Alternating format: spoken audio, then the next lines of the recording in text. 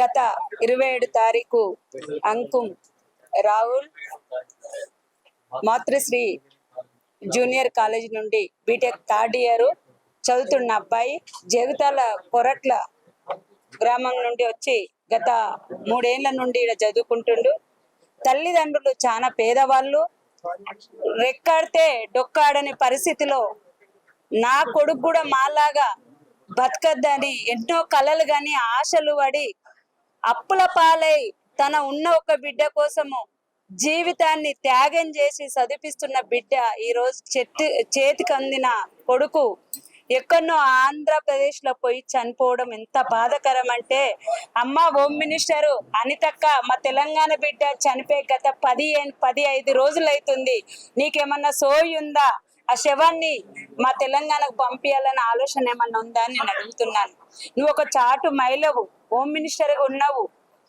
చిన్న విషయం జరిగితేనే ఓ గంతులెత్తి పరిగెత్తి మాట్లాడతారు. మా బిడ్డను వెంటనే తెలంగాణకు పంపించాలని బీసీ రాజ్యాధికార సమితి నుండి మేము కోరుకుంటున్నాం. ఎందుకంటే నువ్వు ఒక ఆడబిడ్డవు, మేము కూడా ఆడబిడ్డవు.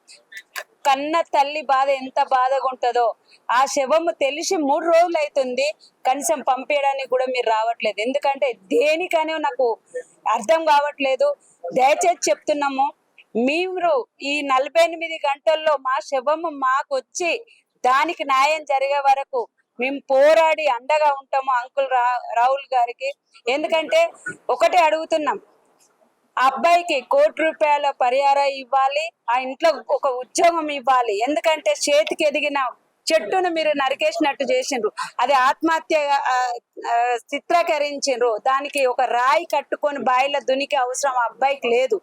ఎవరు వాళ్ళు ఇది కాలేజీలో ఎవరు వేధించారు, దాన్ని ఎన్క్వైరీ చేసి మీరు వెంటనే ఎన్క్వైరీ కమిటీ చేసి దీన్ని సిబిఐకి అప్పచెప్పి ఆ అబ్బాయిని న్యాయం జరిగే వరకు మేము పోరాడతామని. జై భీమ్, జై తెలంగాణ.